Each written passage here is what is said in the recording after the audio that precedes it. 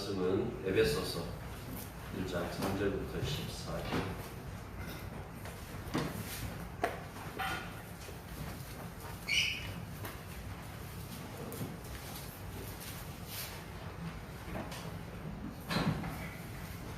에베소서 1장 3절부터 14절까지. 찬송하리로다. 하나님 곧 우리 주 예수 그리스도의 아버지께서 그리스도 안에서 하늘에 속한 모든 신령한 복을 우리에게 주시되 곧 창세전에 그리스도 안에서 우리를 택하사 우리로 사랑 안에서 그 앞에 거룩하고 의미없게 하시려고 그 기쁘신 뜻대로 우리를 예정하사 예수 그리스도로 말미암아 자기의 아들들이 되게 하셨으니 이는 우리가 사랑하시는 자 안에서 우리에게 거저 주신 바 그의 은혜의 영광을 찬송하게 하려 하셨습니다. 우리는 그리스도 안에서 그의 은혜의 풍성함을 따라 그의 피로 말미암아 속량 곧 죄 사함을 받았느니라.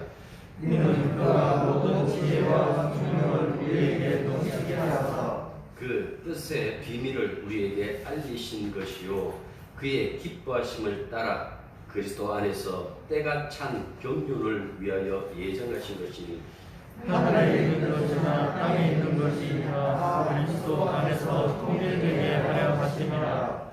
모든 일을 그의 뜻의 결정대로 일하시는 이의 계획을 따라 우리가 예정을 입어 그 안에서 기업이 되었으니 이는 우리가 그리스도 안에서 전부터 알았던 그의 영광의 산종이 되게 하려 하십니다. 그 안에서 너희도 진리의 말씀 곧 너희의 구원의 복음을 듣고 그 안에서 또한 믿어 약속의 성령으로 인지심을 받았으니 이는 우리 기업의 모든 일에서 그 모든 것을 성령하시고 그의 영광을 찬송하게 하려 하십니다. 아멘. 오늘은 7절 중심으로 정리를 할 것입니다. 어떤 방법으로 어떤 과정을 통해 우리에게 온갖 신령한 복들을 주시는 것이 가능하게 되었는지 그 부분을 살펴볼 것입니다. 우리가 제목으로 큰 제목으로 삼았듯이 하나님이 우리에게 복 주시는 그 일은 그리스도 안에서 가능했다라고 그렇게 말씀하고 있었어요. 오늘 이 7절의 말씀대로 한다면 그리스도 안에서 그의 피로 너희를 구속했다라고 그렇게 말씀하고 있죠. 우리가 기독교에 대해서 이렇게 사람들에게 말할 때 혹은 내가 받은 그 구원을 다른 사람에게 고백할 때에 본문처럼 말하는 것을 잊지 말아야 됩니다. 다시 말해서 우리가 구원을 얻고 죄사함을 받을 수 있던 그 이유가 하나님이 그리스도 안에서 베풀어 주신 은혜의 풍성함 때문인데 그 풍성한 은혜가 바로 예수의 피로 십자가로 세상을 구속하신 일이라고 그렇게 말하게 된다는 그 말씀입니다. 그리스도가 세상에 오시기 전부터 하나님이 이 땅에 있는 그 모든 존재물을 정결케 하는 이 방법으로 피로 깨끗게 하라 그렇게 요구하셨어요. 히브리서 9장 22절 우리가 이 부분은 나중에 펴놓고 찾아서 지금 한번 넘겨보시죠. 9장 22절 보시면 9장에 갖다 놓으십시오. 율법을 따라 모든 물건이 피로서 정결하게 되나니 피 흘림이 없은즉 사함이 없느니라. 그러니까 하나님이 모든 거룩함을 피로서 정결케 한다라고 이렇게 얘기를 했어요. 그렇다고 해갖고 조심해야 될 것이 하나 있는데요. 그렇다고 해갖고 여기서 모든 피가 다 정결케 한다 그런 효력을 가지고 있다라고 생각해서는 안 돼요. 오직 정결케 하는 피는 따로 있어요. 하나님께서 정결하다라고 정해놓은 것만 정결하다라는 그 말씀이에요. 그 나머지 피는요 오히려 더럽혀요. 사람의 피가 땅에 이렇게 쏟아지게 되면 그 땅이 더러워진다라고 그렇게 말씀을 해요. 민수기 말씀인데요. 너희가 거주하는 땅을 더럽히지 말라. 피는 땅을 더럽히나니 피 흘림을 받은 땅은 그 피를 흘리게 한 자의 피가 아니면 속함을 받을 수 없는 일이라. 그러니까 땅의 피를 다른 사람의 피를 흘리게 하면 반드시 그 피에 대해서 복수를 해야만 정결하게 된다라는 그 말씀이죠. 그러니까 정결한 피가 죄사함에 동원되는 그 일이 점차로 이 역사 속에 고정되는데요. 뭐 앞서 우리 창세기 3장에 가지고 뭐 이렇게 할 수 있겠지만은 구체적으로 역사 속에서 이렇게 드러난 어떤 그 사건으로서 본다라면 홍수 시판을 기억하면 되겠죠. 노아의 이 방주, 노아가 방주에서 나오고 난 다음에 하나님께서 가장 먼저 했던 것이 무엇인가 읽어보시면 정결한 짐승을 잡아가지고 하나님 앞에 제사 드리는 것이죠. 왜 정결한 짐승을 하나님 앞에 제사 지냈을까요? 그 이유가 그 속에서 다 그 이유가 그 제사에 다 담겨져 있는 거예요. 왜가 하니까 하나님께서 주시는 그 은혜가 무엇인지 보여준 거예요. 거기에 타고 있는 노아가 그리고 그 가족이 과연 정결하고 깨끗한 사람일까요? 창세기 6장에 보면 5장입니까? 그거 보면 노아는 당대의 의인이라 1장이죠. 그렇게 되어 있으니까 당대의 의인이다 그랬으니까 이 사람이 그 시대에 가장 착하고 아름다웠던 사람이었다라고 착각하시면 안 되는 거예요. 그 이전에 바로 그 이전 구절은 뭐라고 얘기를 한 거예요? 그러니까 너는 하나님의 은혜를 입었다 이렇게 얘기를 했어요. 그러니까 의롭다라는 것이 은혜 속에서 나왔다라는 것을 분명히 밝혀주고 있죠. 이 사실이 어디에서 더욱더 뚜렷하게 나타나는 거니까 홍수 심판이 끝나고 난 다음에 그 방주에서 나온 이 노아가 가장 먼저 했던 일이 무엇인가 하니까 바로 이 정결한 짐승을 잡아서 하나님 앞에 제사를 드리는 그 일이었다라는 그 말씀입니다. 이 제사를 받고 나신 다음에 하나님께서 노아 가족들에게 이렇게 말씀하세요. 동물을 식물처럼 먹는데 핏째 먹지 말라. 그리고 또 이렇게 얘기를 해요. 하나님의 형상으로 지음받은 다른 사람의 피를 흘리게 하지 말라. 왜 이렇게 얘기를 했을까요? 여러분들 이게 굉장히 중요한데요. 이 노아의 제사를 통해서 하나님께서 무엇을 이야기를 해주는 거니까 이 심판, 물심판이잖아요. 이 심판을 통해서 하나님께서 이 심판으로 이 세상을 씻음 받았다라고 그렇게 보시는 거예요.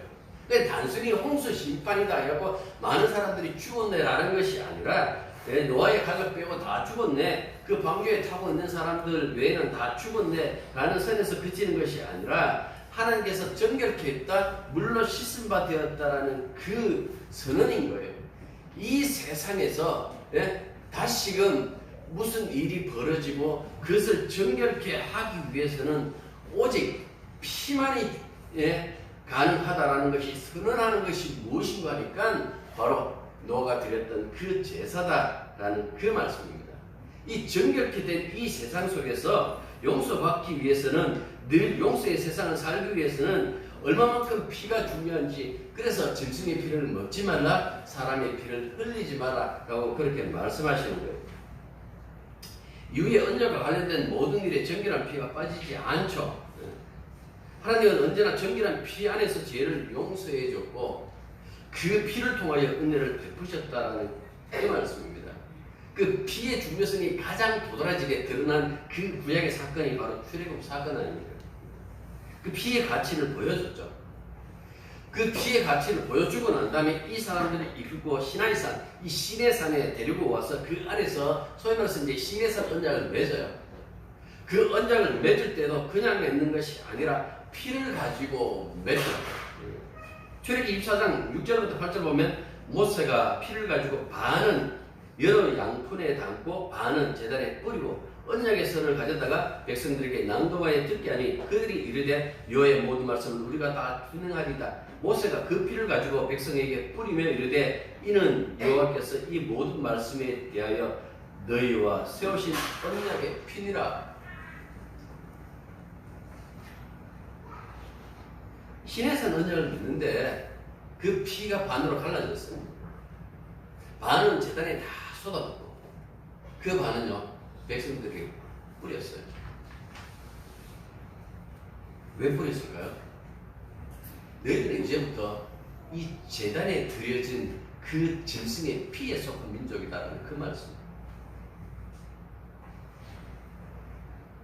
어린 양의 피가 없었다면 너희들은 하나님의 백성이 될 수 없다. 그 뜻이 담긴 것이 무엇인가 하니까 그 사람들에게 백성들에게 피 뿌리는 그 행위였어요. 이스라엘 하면 여러분들 뭘 생각하십니까? 율법부터 생각하십니까? 구약이든 신약이든 항상 그 얘기를 해요. 어린 양. 어린 양의 피. 그 피로 말미암아 태어난 그 백성들하고 이렇게 얘기해요. 어린 양의 피가 유월절에만 국한됩니까? 아니에요. 이 어린 양의 피가 이스라엘 역사 전체의 역사에 간섭하기 시작한다는 그 말씀이에요. 이 사람들이 그 애국 땅에 있었던 홍해를 건너고 광야에 있었던 하나님의 약속대로 가나안 땅에 들어가는 언제나 여러분들 그들의 그 간섭하는 것이 무엇인가 하니까 그들을 늘 용서하시고 그들의 죄를 속해주는 그 기준이 무언가 하니까 뿌려지는 어린 양의 피다라는 그 말씀입니다. 그러니까 어린 양의 피를 가만히 생각해 보십시오. 우리가 날마다 이렇게 얘기를 하죠. 우리는 예수 믿고 천국 갑니다. 혹은 좀 더 이제 깊이 아는 사람들, 우리는 예수 믿고 이미 하늘나라에 속했습니다. 라고 이렇게 얘기를 해요. 어떻게 우리가 이 세상에서 하늘나라에 속하게 되었을까? 구약에도 역시 마찬가지예요. 어린 양의 피예요. 어린 양의 피가 이집트에서 약속의 땅으로 옮겼어요. 이 과정이 동일하게 신약에도 나타났다라는 그 말씀이에요. 모든 것을 새롭게 할 때에 그 새로운 것은 내가 정신 차려야지 안 해요. 내가 마음먹어야지 안 해요. 피의 피. 피가 모든 것을 새롭게 한다라는 그 얘기예요. 구약에서 이 건너감이 새로운 곳으로 낯선 곳으로 건너감이 이 어린 양의 피였던 것처럼 신약에서도 우리가 전혀 알지 못했던 그 낯선 곳으로 건너가는 그 하늘나라로 건너가는 것도 무엇인가 하니까 피의 피. 그만큼 피가 중요하다라는 그 말씀입니다. 이 피는 이스라엘 백성을 출발시키는 그 출발적인 동시에 언제나 그 안에 머물러 동행해야 하고 또한 그들이 도착해야 될 도착점이 어딘가 하니까 바로 피다 하고 성경은 말씀해 주고 있습니다. 그래서 이 피를요 모든 세대에 이 확정짓기 위하여 그 이스라엘이 모든 제사에다가 피 언약을 고정시켜 버린다, 고정시켜 버렸다라는 그 말씀. 그래서 구약 제사를 보면 그 모든 제사에 다 피가 담겨요. 뭐 소재 기억하시겠지만 그 소재만 드릴 수가 없어요. 이미 그 전에 피의 제사 드리기. 지금 히브리서 9장 펴고 계시죠? 히브리서 저자는 뭐라고 얘기하냐면 그걸 갖고 모형이다라고 이렇게 얘기해요. 그게 실제가 아니다, 실체가 아니다 그렇게 얘기를 해요.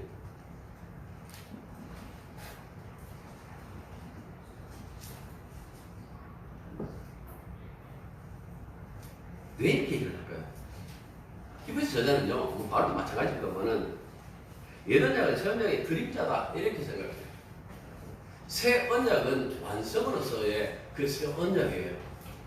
구약에서 아직도 우리가 지킬 것이 있고 신약에 와서 또한 우리가 지킬 거 있고 그 엉터리예요. 그거.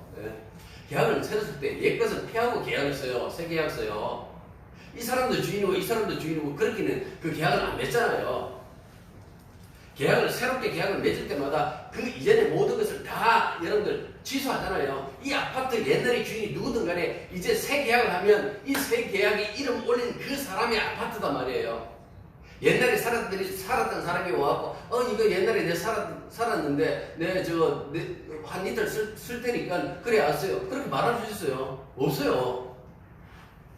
새 언약이라는 것은 완성이라는 그 차원에서 새 언약이다라는 그 말씀이에요. 그래서 히브리 저자는 이 구약에 있었던 그 모든 제사를 가지고 그림자 혹은 모형이다 라고 이렇게 얘기해요.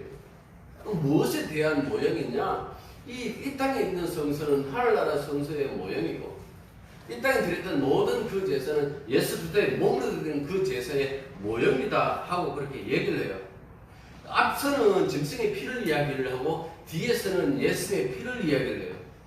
앞에 거는 그냥 잠깐 그 효력을 나타내는 것일 뿐이고 뒤에 그 예수님의 피를 가지고 영원히 변치 않는다라고 그렇게 얘기를 해요. 우리가 앞서 이스라엘 백성은 피로부터 시작했다고 그렇게 얘기를 해요. 성경의 백성들 역시 마찬가지예요. 피로부터 시작했어요. 이 예수의 피, 십자가의 그 보혈로 말미암아 시작해서 그 피로 끝나요. 구약의 모든 그 언약 속에 피가 깔려 있는 것처럼 신약도 역시 마찬가지다라는 그 말씀입니다. 그만큼 피가 중요해요. 자, 9장 22절 다시 보십시오. 피 흘림이 없은즉 사함이 없는. 이걸 좀 달리 생각해 보십시오. 이게 무슨 뜻일까? 예수 피 없으면 너 하나나라 못 가. 이 뜻이에요. 그럼 쉽게 얘기하면 너희들 천당 가고 싶지, 천국 가고 싶지. 그 예수 피로만 갈 수 있어. 그 말씀하고 있는 거예요. 그래서 자 9장 11절 보십시오. 그리스도는 장래 좋은 일에 대제사장으로 오사 손으로 짓지 아니하는 것 곧 이 창조에 속하지 아니한 더 크고 온전한 장막으로 말미암아. 더 크고 온전한 장막이 어딜까요? 하늘나라. 그걸 이렇게 지금 묘사하고 있는 거예요. 저기에 들어오면 텐트인가 그렇게 생각하시는 것이 아니라 그건 무슨 물질적인 것이 있겠어요. 모든 초월하는 그 세상이라면 이 부분을 얘기를 하는 거예요. 전혀 비교할 수 없는 그 땅하고 하늘 했을 때는 우리가 얼만큼 살았는데 다른 건 보통 이제 땅만큼 하늘만큼 이렇게 얘기해요. 그런데 따지고 보면 그냥 하늘만큼 하면 땅으로는 비교되지 않는 거예요. 그만큼 크다라는 어떤 그 의미로서 땅만큼 하늘만큼 하지만은 이 여러분들 이 우리가 눈에 보고 있는 이 우주도 그 크기를 지금의 과학으로 보면 뭐 168억 광년 뭐 이렇게 얘기를 해요. 지금의 과학이라는 것은 앞으로 그 얼마나 더 넓은지 그 모른다는 이야기잖아요. 하물며 주님이 계신 그것을 감히 이 땅으로 그것 가지고 비교할 수 있겠느냐라는 그 말씀입니다. 신약성경을 보시면 구약에도 그 제단 번제단뿐만 아니라 그 모든 제단과 질성소까지 그 피로 가득 채워놨어요.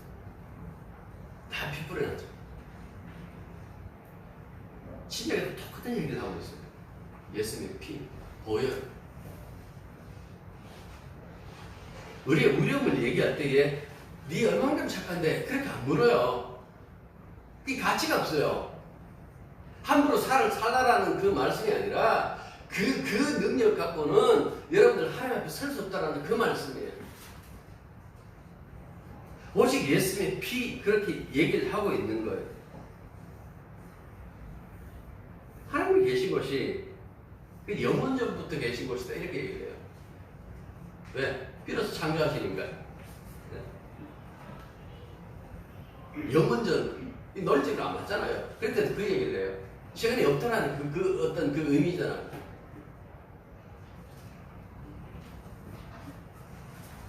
하나님이 계신 그곳을요, 구약에 보면 그 신비로운 그 하늘나라를 상징하는 것이 하나 있어요. 그게 뭔가니까 바로 성소예요, 성소. 그 중에 지성소. 근데 그곳에 아무나 언제든지 들어갈 수 있습니까? 없어요.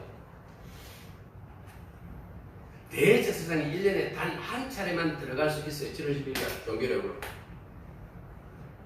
그것도 그냥 들어갈 수 없고 반드시 거룩한 피를 들고 들어가야 된다는 그 말씀이에요.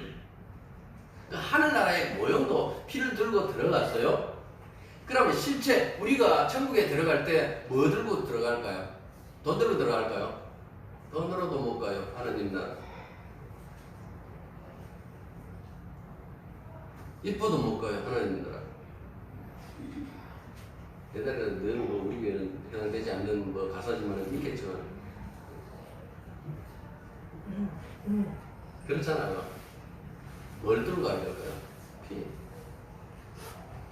오직 예수의 보혈만 그곳에 들어갈 수 있게 한다라는 그 말씀이에요. 그 거룩한 피, 예수의 피. 히브리서 저자는 그 얘기를 하는 거예요. 이 피가 우리를 그분 앞에 들어가게 만들었다.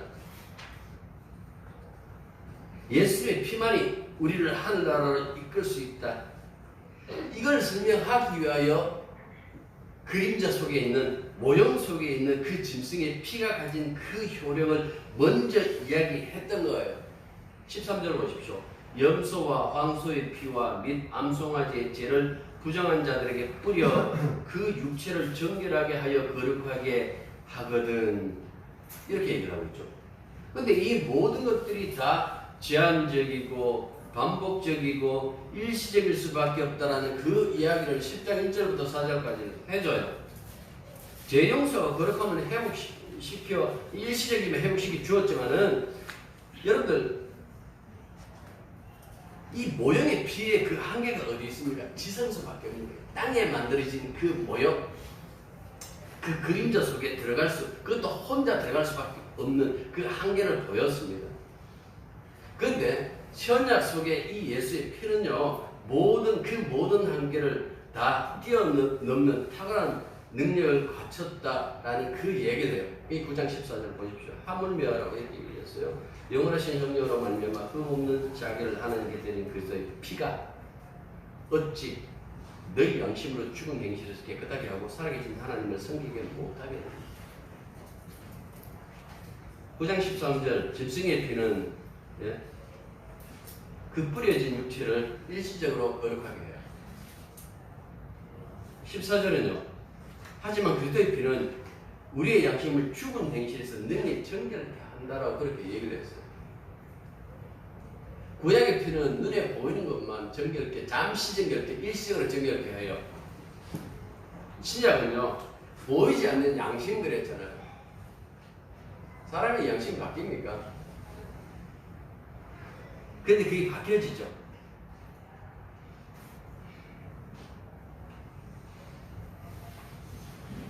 그 얘기를 하는 거예요. 그래서 시작은 어떻게 시작하는 거 하니까 하물며. 구약의 피하고 신약의 피하고 그 가치가 다르다는 이야기. 그걸 갖고 하물며라고 이렇게 시작했어요. 그 짐승의 피도 일시적으로 사람을 정결하게 했는데 하나님 아들의 그 피가 우리를 정결케 하지 않겠느냐라는 그 말씀입니다. 그래서 예수의 피는요, 12절 보십시오. 일시적이지 않아요. 영원해요. 반복적이지 않아요. 단번이에요. 미흡하지 않아요. 완전해요. 그래서 우리에게 담력을 당당하게 하나님 앞에 나갈 수 있게 했다라고 그렇게 말씀해요. 자, 10장 한번 보십시오. 10절, 19절. 히브리서 10장 19절을 보십시오. 우리가 예수의 피를 힘입고 성소에 들어갈 담력을 얻은다니. 이 성소가 어딜까요? 신약에 성소가 없는데요. 이 성소가 어딜까요? 하늘나라죠.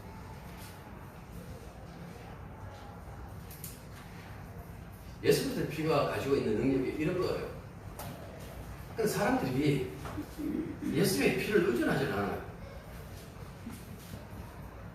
사람들이 회개할 때에 예수의 피에 의존하는 그 예수의 피 때문에 위로받지 않아요. 대부분 사람들이 기도하다가 보면 기도가 잘 풀려요. 어느 날. 그러면 그날 자기가 은혜 받는 줄 알아요. 말을 하다 보면 컨디션이 좋으면 어떤 날은 말 잘할 수도 있고 어떤 날은 안 될 수가 있어요. 내가 말이 잘 된다고 해갖고 그날 은혜 받았다고요? 안 해요. 사람들이 말이 잘 풀리고 그날 자기 마음에 흡족하면 어떻게 생각하는 거 하니까 야, 주님이 오늘 날 용서하셨다. 그런 게 어디 있어요? 성경은 뭐라고 얘기합니까? 그 피로 말미암아. 예수의 피를 보시는 거예요. 그것 보고 용서하시는 거예요.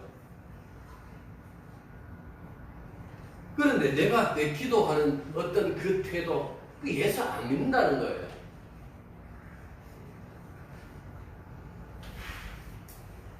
요한일서 1장 7절 그 아들 예수의 피가 우리를 모든 죄에서 깨끗하게 하실 것이다. 다시 이야기합니다. 우리 죄는 내하고 하나님하고 둘 사이에 해결할 수 있는 문제가 아니에요. 하나님과 예수님 사이에서 그 해결하세요. 다시 말해서 아버지와 아들 사이에서 그 문제를 해결한다는 그 말씀입니다. 성경에서 그 얘기를 해요. 제발 좀 예수 믿어라. 성경 전체 이야기가 뭡니까? 예수 믿어라. 그 얘기잖아요. 왜 예수 믿어야 됩니까? 그 이유가 여기 있는 거예요. 너희들을 의롭게 하고 너희들을 구원하는 것은 예수님이 하신다. 예수님이 그 일을 다 하셨다. 제발 네가 할 수 있는 것처럼 그렇게 생각해서 자꾸 덤비지 말고 예수 믿어라 라고 그렇게 얘기를 하는 거예요. 그런데 사람들이 항상 보면 뭐 엉뚱한 타락이에요. 제가요 목사님 제가 정말 양심적으로 못할 짓을 했어요.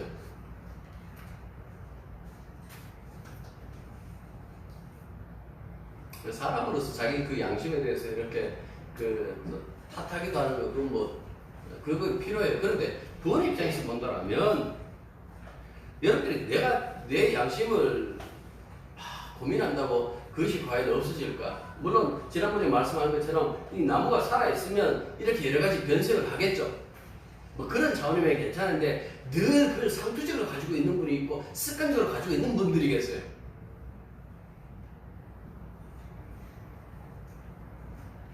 내 양심에 허락 안 한다.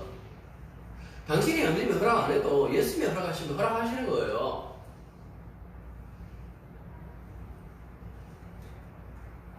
왜 우리가 대한예수교일까요? 예수님이기 때문에 그런 거예요. 언제나 주님께 속해져 있다는 그 사실을 좀 생각해 봐야 되는데 그걸 생각 안 하는 거예요. 늘 우리의 생각은요, 예수님은 따로, 예수님은 별개로 생각하고 뭐 예수를 믿는데 늘 이거에 좀 떨어져 있는, 늘 성경에서 뭐라고 얘기를 해요? 특히 에베소에서 하나의 그 얘기를 대단히 많이 해요. 연합이라는 그 말을 참 많이 하고 있는데 이걸 생각해 본다면 언제나 나는 주 안에 있다, 그리스도 안에 있다라고 그렇게 생각해야 되는데 늘 별개인 것처럼 생각해요. 민수기 35장에 보면 도피성 이야기 하잖아요. 그 도피성이 그리스도 안에서의 그 구원을 잘 설명해요. 이 율법은 이렇게 시작하죠. 계획에서 사람 죽이는 거 말고 계획에서 사람 죽이는 자에 대해서 반드시 그 자가 재단에 뿔을 붙잡고 있어도 잡아내가지고 끌고 나와서 죽이라고 했어요. 부지중에 쉽게 말하면 실수로. 그러면서 뭐 예를 들어요. 같이 가고 도끼질 하다가 나도 뭐 이 도끼 날이 빠져가지고 그 앞에 있는 사람이 저 그 사람이 죽게 되었을 때 뭐 이런 경우처럼 얘기를 해요.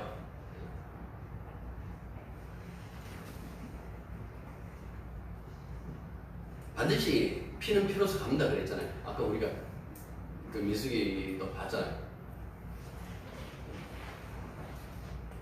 그래서 예외 규정이 뭔가 하니까 도피성이에요.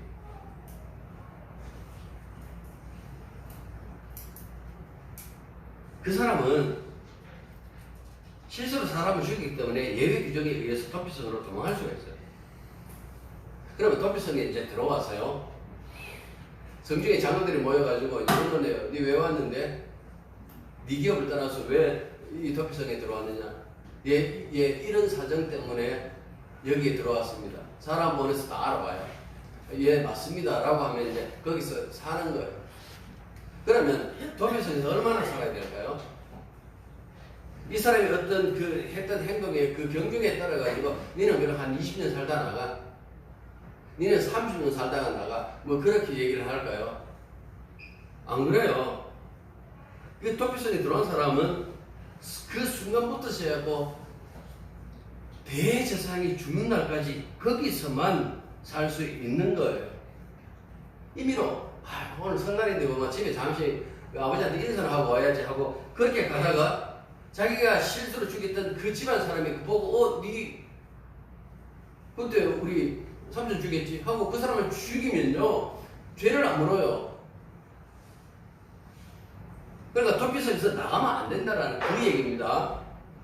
그 도피성에서 나가면 안 된다라는 그 얘기예요. 그러면 세월이 지나가고 너무나 지나서 사람들이 뭐 그런 일이 있은지도 모르고 다 있게 되면 그때 살짝 나오면 될까요? 아니에요. 그때도 못 나와요. 언제 나온다고요? 대제사장이 죽어야만 나온다라는 그 말입니다. 그러니까 이 이야기가 뭡니까? 대제사장이 이 도피성에 도피한 이 사람의 삶에 영향을 끼치는 거예요. 도피성에 피한 사람은 대제사장하고 무관하게 살 수 없다는 이야기예요. 나 교회에 나왔는데 예수 안 믿을래? 그럴 수 없다는 이야기예요. 그러니까 철장이 뭡니까? 대제사장에게 속한 그 삶을 살아갈 수밖에 없는 거예요. 대제사장이 죽으면요, 완전히 자기 죄로부터 해방되어서 다시 고향으로 돌아갈 수 있다라고 그렇게 말씀했어요. 왜 그렇게 얘기를 할까? 대제사장의 죽음이 바로 속죄의 기능을 담고 있기 때문에 그래요. 그 이야기를 통해서 장차 대제사장이신 예수님의 그 죽음을 통해서 우리의 죄가 속해진다라는 그 이야기를 하기 위하여 구약의 그 제도 속에 이런 것들을 모형으로 그림자로 심어놨다라는 그 말씀이죠. 그러니까 생각해 보십시오. 죽음, 피, 속죄, 거룩함, 대제사장, 이게 하나의 묶음이에요. 이 묶음이 역사했을 때 비로소 뭡니까? 모든 것이 새로워지는 거예요. 새롭다라고 했을 때에 그게 뭔가니까 죄의 저주가 사라졌다라는 그 말씀이에요. 새 옷 입었네라는 것이 아니라 죄의 저주가 사라졌다라는 그 말씀이에요. 구약성경 보면 해 안에 새가 돋게 하겠어요.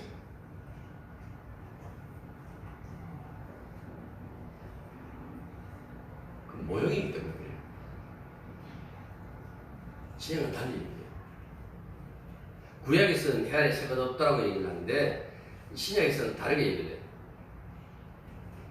예수가 영원한 제사장이에요. 구약에서는요, 이놈의 대제사장도 죄인이에요.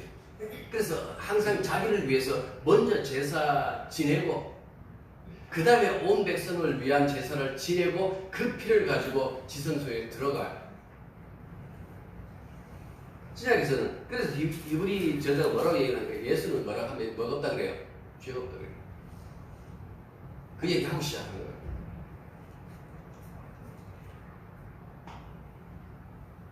그리스도는 영원한 제사장이죠. 그래서 신약 성경은 이렇게 화답해요. 그래서 누구든지 그리스도 안에 있으면 새로운 피조물이다. 이전 것은 지나갔으니 보라 새 것이 되었다. 구약하고 다르죠. 해 안에 새 것이 없다라고 얘기를 했고 이쪽에서는 뭐라고 얘기를 합니까? 보라 새 것이 되었다고 하고 얘기를 해요. 예수의 피가 개입되지 않는 새로운 것은 있을 수가 없는 거예요. 이 세상의 역사가 반복되는 것은 거기에 대고 그냥 비유적으로 봐라 해 안에 새가 없다 그랬다. 그건 맞아요. 그런데 우리가 변화되는 그 과정 속에 있으면요, 해 안에 새가 없다 그랬잖아요. 그러니까 이해해 주세요. 그게 안 된다는 말이에요. 예수 믿는 사람들은 보라 새 것이 되었도다 하고 확장을 지어버린다고요.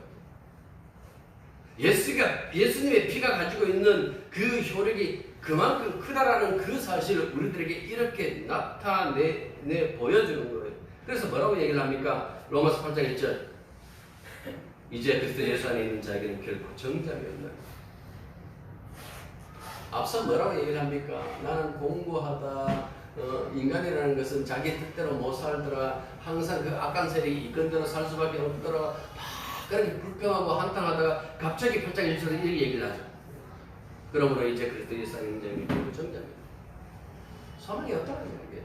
인간이 아무리 듣다 봐도 인간 속에는 늘 실패하고 죄밖에 안 들어있는데 새로운 어떤 그 관점을 가지고 봤더니 예수님 안에는 전혀 다른 세계가 펼쳐 있더라는 그 얘기.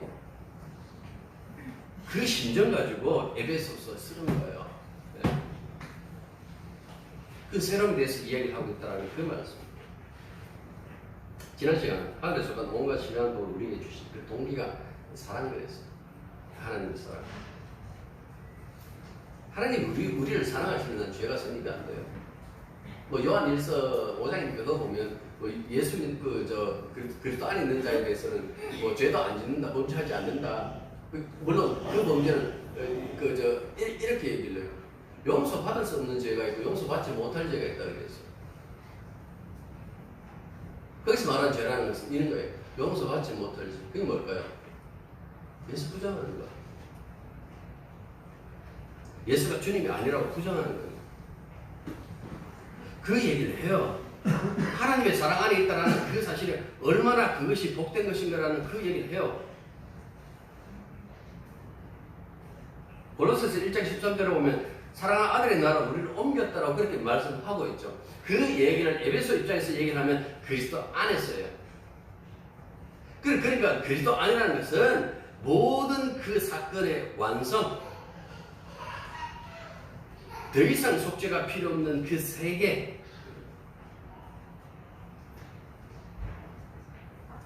이것밖에 없다라는 그 말씀이에요. 그러니까 생각해보면 우리는 몇 조건 따져요. 예? 집안끼리 결혼할 때도 조건 따지잖아요. 예수 믿는다면 하고 이렇게 받아들이는 게 힘들어요. 생각보다.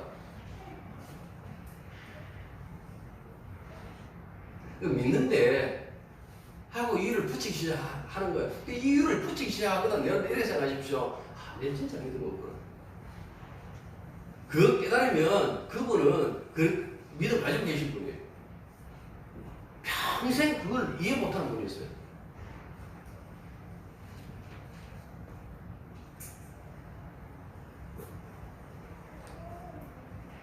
바울이 서재서마다 주 안에서 반복하는 그 이유가 뭐라고 얘기했어요? 예수님만이 우리들의 의가 되기 때문에. 예수님 빼고 이야기를 못한다는 그 말씀이에요. 그만큼 예수님의 피가 중요하다는 그 말씀. 사람들이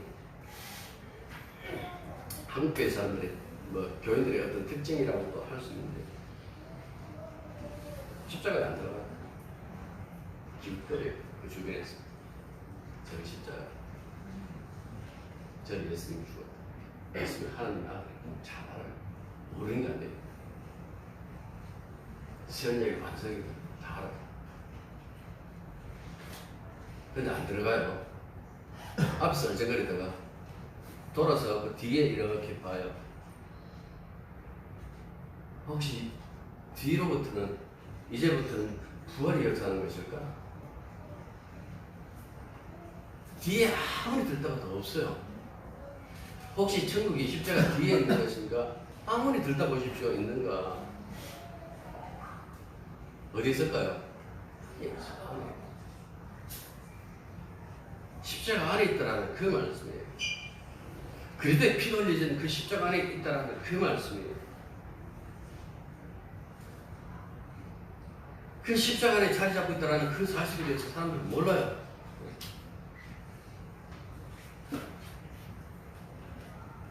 부활, 예수의 재림, 영광, 새하늘 새 땅 어디에 들어있다고요? 십자가 안에 들어있어요. 그 안에 세 개예요. 그 너머에 아니요, 너머 없어요. 아무리 듣다 봐도 그게 십자가 밖이에요. 십자가 안에 외에 그 모든 것들이 앞이든 옆이든 뒤든 그것은 무엇인가 하니까 그거는 십자가 밖이에요. 구원 밖이다라는 그 말씀이에요. 하나님께서는 언제나 십자가에 흘리신 예수님의 피로만 우리를 용서하시고 거기서 당신의 아들을 삼으신다라는 그 말씀, 그 이야기를 히브리서 통해서 우리들에게 얘기를 해주고 있는 거예요. 진짜 십자가의 피, 이 뿌림을 받은 사람은요, 십자가만 자랑해요. 이 사람의 특징이 있어요. 하나님의 성심한 자랑이에요. 내가요 라고 하는 그 사람은 이미 십자가에서 떠나있는 사람이에요. 하나님이요, 주님이요, 주님의 그 보혈이, 그 능력이요, 이걸 갖고 복음 그려요. 갈라디아에서 다른 복음 얘기한 것은 여기 오직 하나님의 영광, 아들의 그 영광이 돌아갈 것은 사람들이 개입하기 시작한 거예요. 내 주일 성수했는데요, 내 할례 받았는데요, 내 안식일 지켰는데요, 내 11주 하는데요. 이걸 갖고 바울은 그렇게 얘기하죠. 다른 복음. 그리고 덧붙여서 이렇게 얘기합니다. 천사라 할지라도 다른 복음을 사람이 저주를 받을지어다. 예수님 밖에 없어요. 그 얘기 하려고 우리가 모이는 거예요. 기도하겠습니다. 저희들이 이 모임 자체가 오직 주님 그 보혈로 말미암아 그 핏부림을 당하여 이 자리에 있음을 잊지 말게 해 주십시오. 삶의 그 모든 우리들의 그 정황 그리고 그 목표가 언제나 주님의 나라일 때에 주님 그 나라가 오직 예수님의 핏부림으로 말미암아 그 보혈 안에서 이루어졌다는 그 사실을 잊지 말게 해 주시옵소서. 십자가 없이 살아가는 그 인생들이 아니라 언제나 십자가에서 예수님의 피로 말미암아 하나님의 그 솜씨를 사랑하고 그 영광 돌리며 이 땅에서 살아갈 수 있는 당신의 백성으로 삼아 주시옵소서. 예수님의 이름으로 기도드립니다. 아멘.